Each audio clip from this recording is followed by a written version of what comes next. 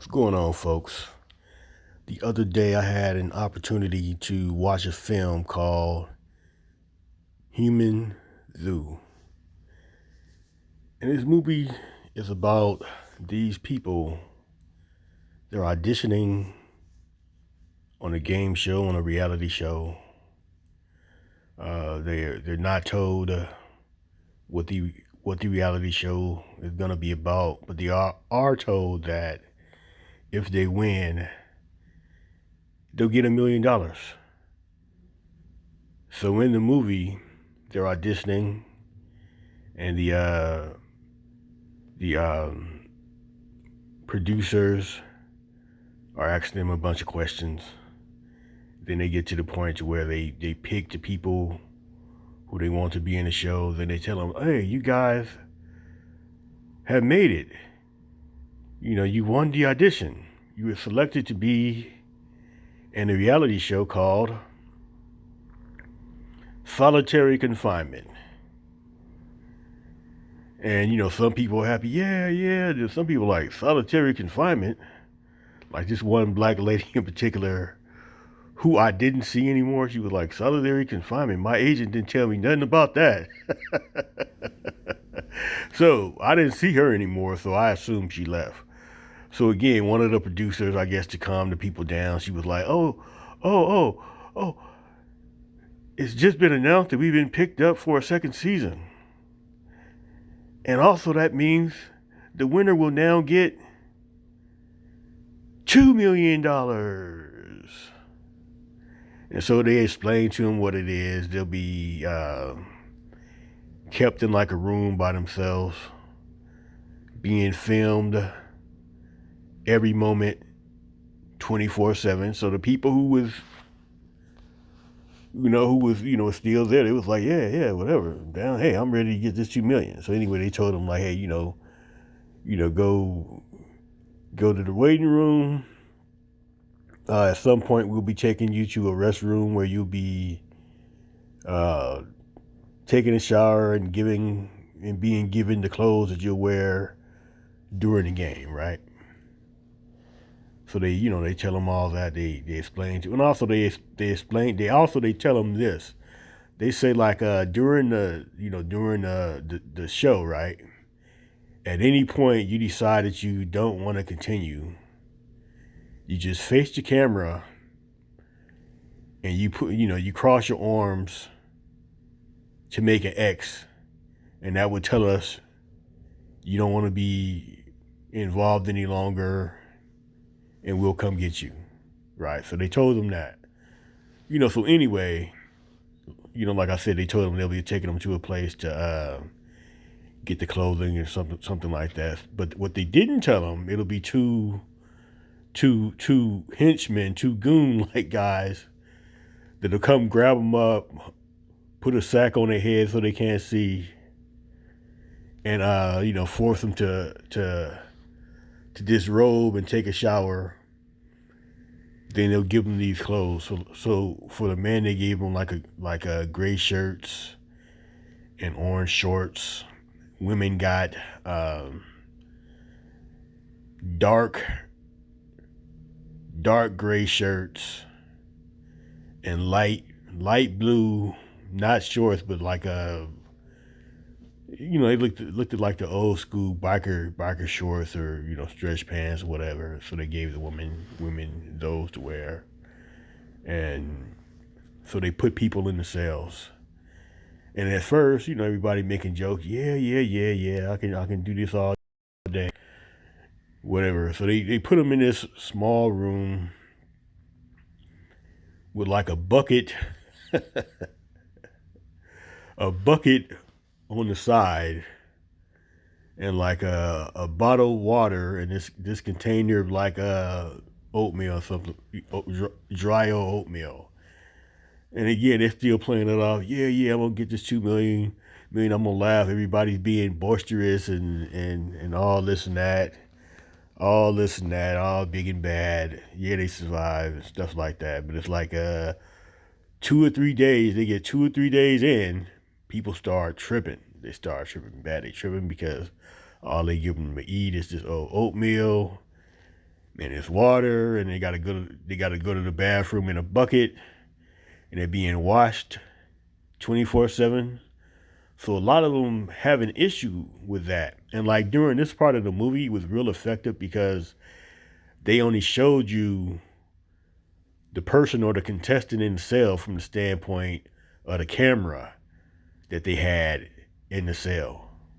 Now, at some point, to get another camera angle, they'll put like a they put like a person with a camera inside the cell, handheld, and they had the individual, acting or acting and saying whatever they wanted to say. But to me, when they did that, it was less effective because it seemed as though the individual was acting due to the fact that we people who are watching, we know that okay, there's somebody else in that cell with a camera. That's how they getting that other shot. So it took away the effectiveness or the realness of the movie whenever they went to a camera angle other than the camera that was up and in their left hand corner of the wall, or from our perspective, the right hand corner of the wall.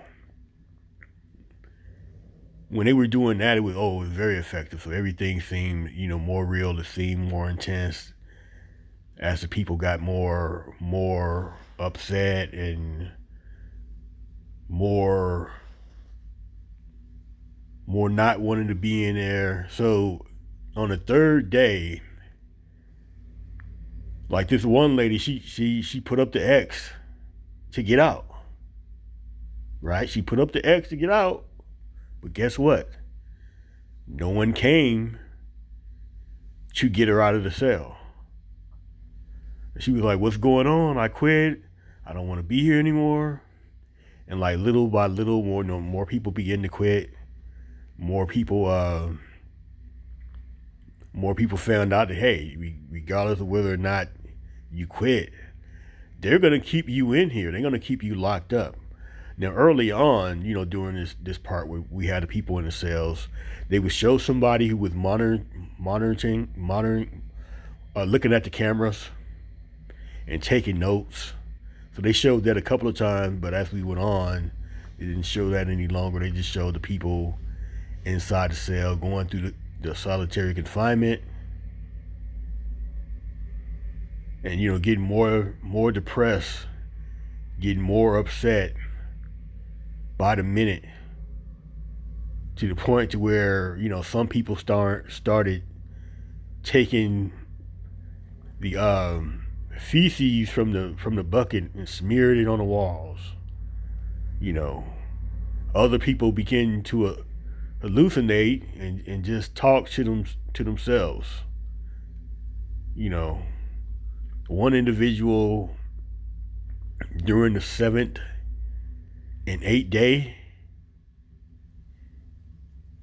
he got so off that he ran into the wall and knocked himself out. So it takes you to the 7th and 8th day where most people are just crying and just emotionally just broke down, wanting to get out. One guy just decided, hey, I'm going to cover myself up with this mat, and you're not going to see me anymore. One individual, it seems as though he was, getting into a stance to meditate, and he actually ended up